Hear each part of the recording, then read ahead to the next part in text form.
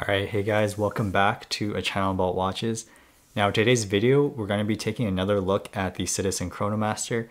Now this is going to be a follow-up video because I saw a lot of the comments from the last video, which by the way, thank you everyone for the comments. I read through every single one and I started to realize that actually I missed out on a lot of stuff that I didn't talk about in the original video. And so instead of just replying to every single comment in that video, I thought I'd just make a follow-up. Now I suggest that you watch my first Chronomaster video before you watch this one, and I'll link it at the top. And this video format this time, it's going to be a lot less formal. You know, it's going to be more of just a hands-on approach, more unscripted, and I'm going to be talking about first off the price, and I'm going to talk about the cons or my criticisms, and then I'll talk about some criticisms that some people had in the comments, and then we'll wrap it up with the conclusion. So the first thing I didn't mention in the first video was the price. And that's because I kind of envisioned that video to just be kind of like a showcase for the watch. It wasn't really a review because, you know, I didn't talk about the pros and the cons. And, you know, I didn't really tell about where you can buy this watch. And really it's because, you know, this is a limited edition of 200 pieces and it's a JDM. So it is pretty difficult to find. And so I searched online to see if you could actually find the price. And I know that there was a page on the Citizen Japan website beforehand, but it looks like it got taken down. So for your interest, if you bought this in Japan brand new, this would cost 330,000 Japanese yen.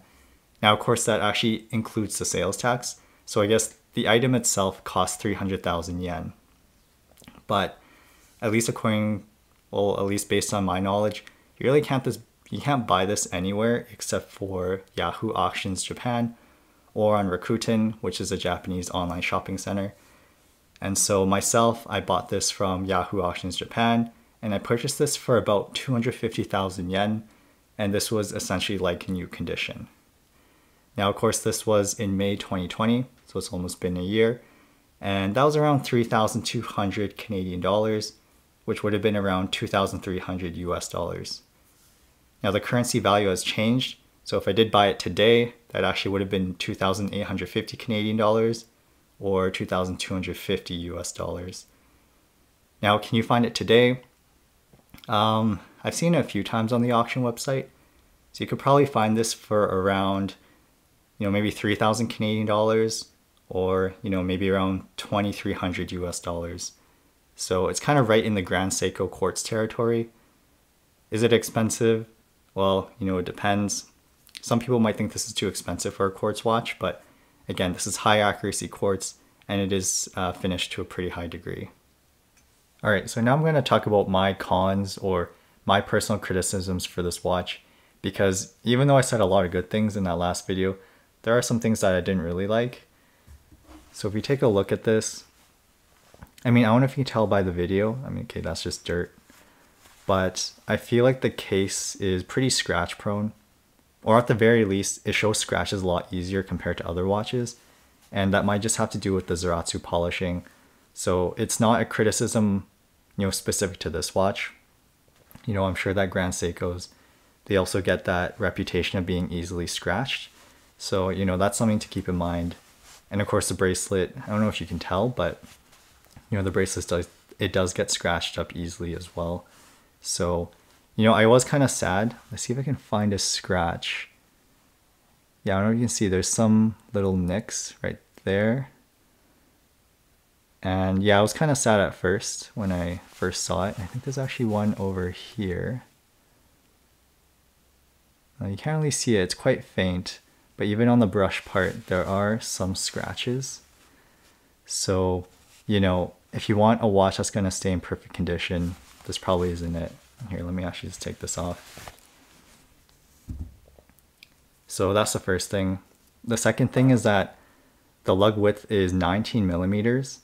So it is a bit more difficult to find, you know, a replacement bracelet or a strap.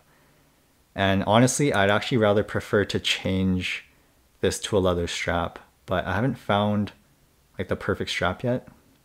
Ideally, I think I'd want like a crocodile leather strap with a Citizen buckle, 19 millimeters, but I just haven't been able to find one. And that might be because, 19mm lugs are just a little bit more uncommon compared to 20mm. So that's one thing. Another thing is the emblem on the back. So right here, this is the Citizen Eagle, the golden emblem. You can already see, I mean, some of it might just be my sweat, but it is getting scratched up a bit. And I feel like, after 10, 15, or 20 years of wearing this watch, this emblem will probably start to wear out quite a bit. And that's just because, I'll be sweating, this is rubbing against my skin constantly. So I feel like this, I don't know how long it'll last.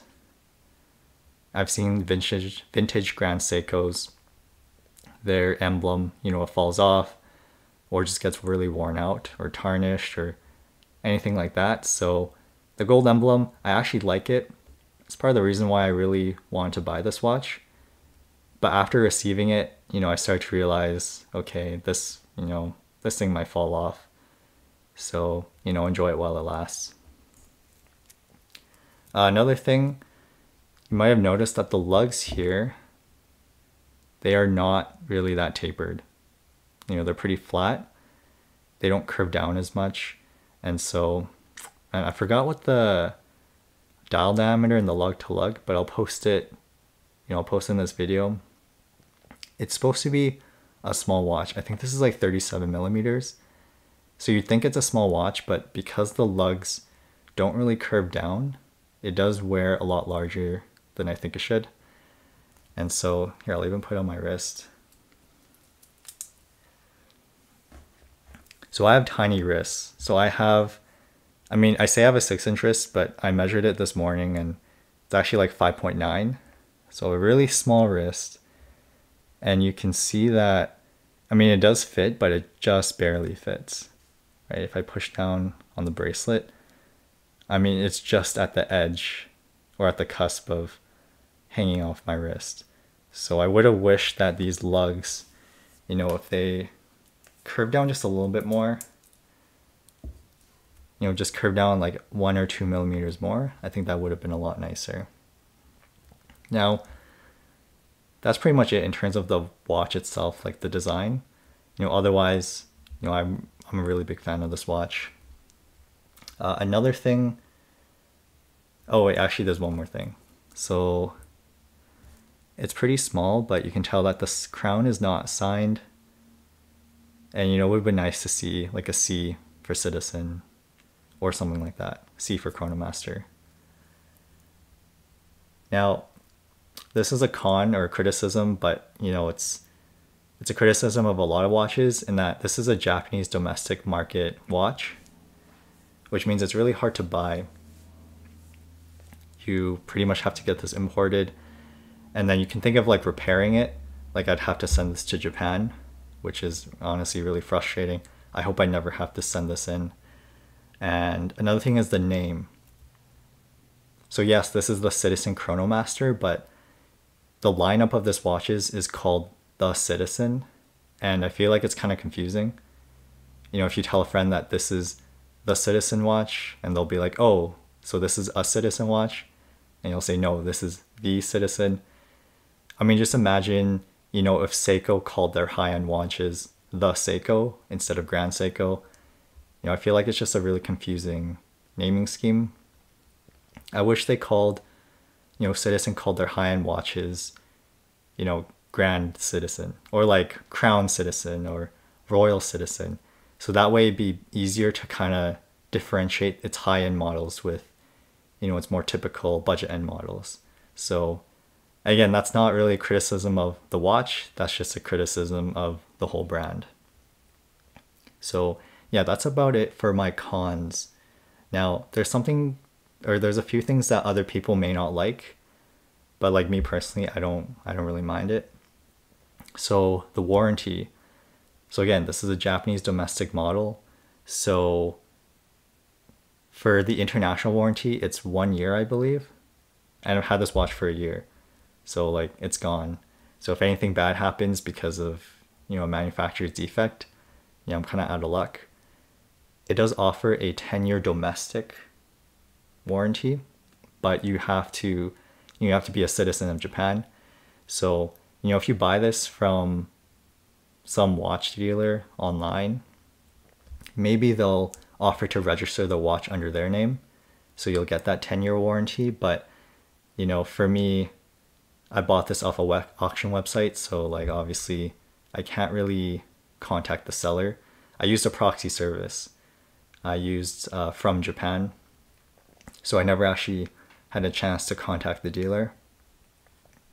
And of course, like I mentioned before, this thing, if it ever breaks, like if I drop this, or I don't know, I leave it in a drawer for a few years and it dies, I don't think there's any watchmaker or jeweler in North America that could fix this.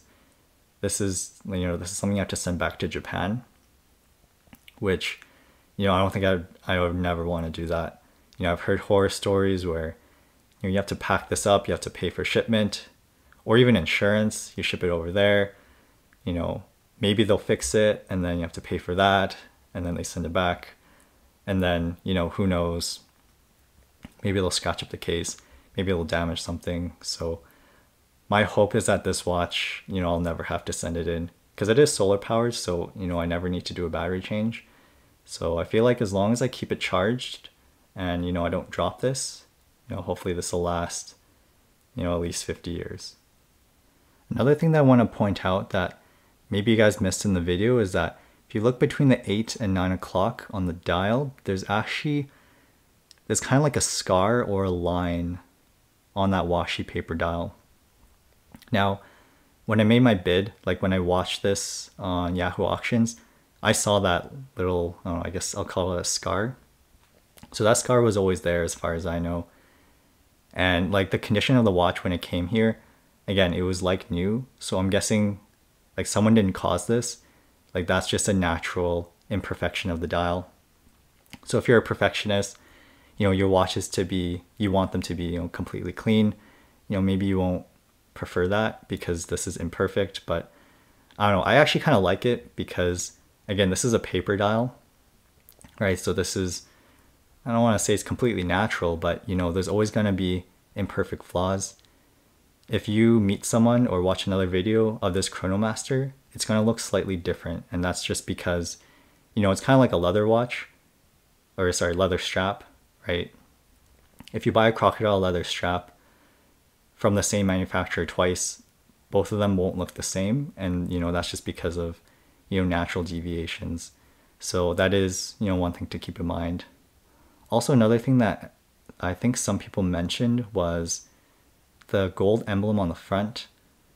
Some people didn't like that because, you know, we have the silver casing, silver markers, and, you know, the red dial. Some people thought that maybe it'd be better if this was also silver instead of gold. You know, maybe the gold just adds too many colors, but I actually kind of like it. You know, the gold is pretty small, and, you know, it just kind of looks like a jewel, and it's pretty subtle. Like it's only, you know, one little emblem. You know, if the emblem was like ginormous, then I'd probably take an issue to it, but, you know, it's pretty small, so I don't really notice it that much. Finally, there's one more thing, which again, I don't really care about, but some other people might take concern with it, is that technically, after wearing this for a year, it's out of spec. And what I mean by that is this thing is rated to plus or minus 5 seconds per year, but I've been timing it since May and it's sitting around plus 7 seconds per year. Now, there could be a lot of reasons for that. You know, maybe this watch is just not a good movement. Maybe when it got transported from Japan to Canada, you know, it sustained some bumps. But I think the reason why is because I don't wear this watch every day. And I can't remember if I read this in the instructions or on a watch forum, but I think if you want this watch to be within plus or minus 5 seconds, you're supposed to wear it like a certain amount of times. Like, I think it was like 7 days a week, 12 hours a day, something like that. And I wear this watch like 2 to 3 times a week for around 12 hours a day. So my assumption or my guess is that, you know, if you wear this watch longer, because your wrist is, you know, warmer, that makes it more accurate. Like it's adjusted to operate at I guess 37 degrees, I think. So I guess the only way for me to check would be to wear this watch for a year on my wrist, wear it every day, and then let you guys know. But yeah, that's one thing to keep in mind. I don't have any Grand Seikos, but maybe I'll ask someone on a watch forum who has a Grand Seiko and who doesn't wear it, you know, every single day. Maybe they can let me know whether or not, you know, they're also out of spec. But for me personally, you know, 7 seconds a year, like that's fine. I still consider it high accuracy quartz. And, you know, as long as it's not losing like 10 seconds a month, then I think I'm okay. But again, if you're a watch enthusiast, you might get really mad that, you know, this thing is plus 7 seconds a year. You might even like try and claim warranty and send us back to Japan. But given that it's COVID and given that, you know, I have to send this all the way back to Japan, you know, I think I'll just keep it.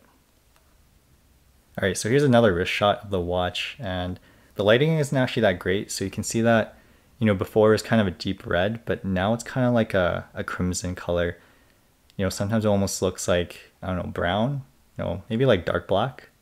No, that doesn't make sense either. Well, anyways, it does look, you know, a different color depending on the lighting, but thankfully the indices and the hands, they are Zaratsu polished. So, you know, even in dark conditions, you know, you can still see the time pretty well. So now I'm just going to respond to some comments from the video.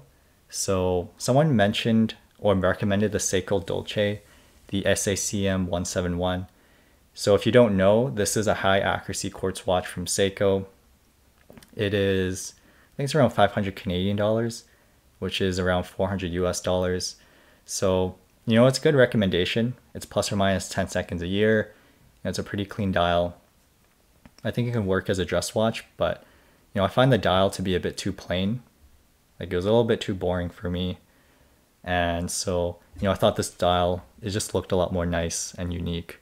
So that's still a good recommendation though, the Seiko Dolce SACM 171. Another thing that a lot of people mentioned was the crystal. So actually I'm going to take this off. So a lot of people criticized this watch because they said that, you know, the crystal had some scratches or some pits. And they said, you know, that's unacceptable for such a high-end watch, which I agree with, but I don't know if you can see, but there's actually there's no pits, there's no scratches on the dial. If you do see, I think there's actually something right there. That's just dust. So yeah, there's even one right there. So like, no matter how much I wipe it, there's always going to be a piece of dust lying somewhere. And especially when I'm filming, you know, the watch is just faced up like this. I'm filming for, you know, half an hour to an hour. So eventually there will be some dust on the dial. I don't know if I can show you the best way, but, you know, maybe with different angles. But as far as I know, I mean, you can see here, there's probably some dust, but, you know, it's not scratches. And I guess you guys just have to trust me on it. You know, I've checked this with my eye. I've checked this with those jewelry magnifying glass things. There are no scratches. Most of those imperfections you see are just like pieces of dust from the air. So you don't have to worry about that. Another thing that people said was a misaligned, misaligned date. So we look at the date wheel. Some people said it was placed too high. And I'll let you guys be the judge. Is it placed too high? Like maybe by like 0.5 millimeter. Let's do a close up right here.